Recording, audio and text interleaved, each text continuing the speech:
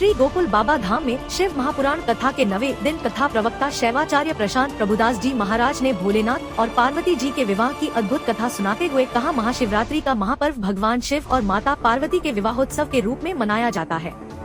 इस दिन भगवान शिव और माता पार्वती की विधि विधान से पूजा करने पर आपको इच्छित फल की प्राप्ति होती है। मान्यता है कि महाशिवरात्रि की पूजा पति और पत्नी को साथ में बैठकर करनी चाहिए। ऐसा करने से न सिर्फ उनके रिश्ते में मिठास बढ़ती है, बल्कि शिव पार्वती के आशीर्वाद से उनके दाम्पत्य सुख में वृद्धि होती है। महाशिवरात्रि का व्रत करने वाले दंपतियों को पूजा में शिव पार्वती के विवाह से जुड़ी इस संपूर्ण व्रत कथा का पाठ अवश्य करना चाहिए। इससे आपको महापुण्य के साथ व्रत का संपूर्ण फल प्राप्त होता है। कड़ी तपस्या के बाद पार्वती जी का शिव जी से विवाह का सौभाग्य बना। भोले की अद्भुत बारात में भूत पिशाच नंदी भृंगी सब हिमालय राज के द्वारे पहुंचते हैं। भोले के आभूषण सांप बिच्छू भी उनके शरीर पर बड़े उत्साहित हो रहे हैं। पर्वतराज हिमाचल ने पत्नी मैना सहित कन्यादान का कार्य आरंभ किया।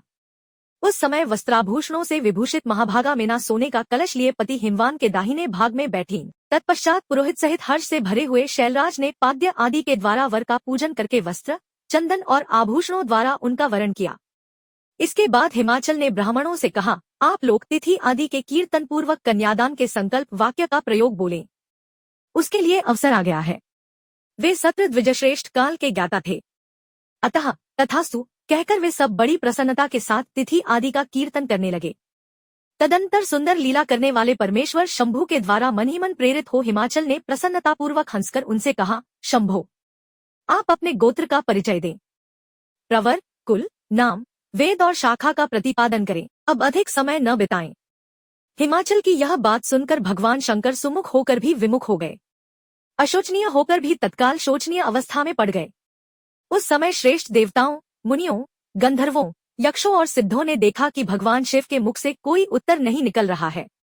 नारद यह देखकर तुम हंसने लगे और महेश्वर का मन ही मन स्मरण करके गिरिराज से बोले। नारद ने कहा, पर्वतराज, तुम मूर्ता के वशीभूत होकर कुछ भी नहीं जानते। महेश्वर से क्या कहना चाहिए और क्या नहीं, इसका तुम्हें पता नहीं है। वास्तव में तुम बड़े महिर्मुख हो।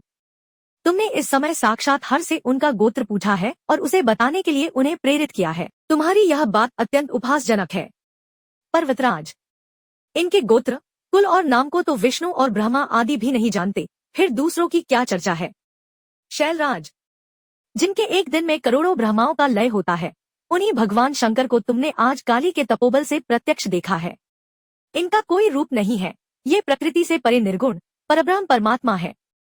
निराकार, निर्विकार, मायाधीश है। साथ ही अपने भक्तों के प्रति बड़े दयालु हैं।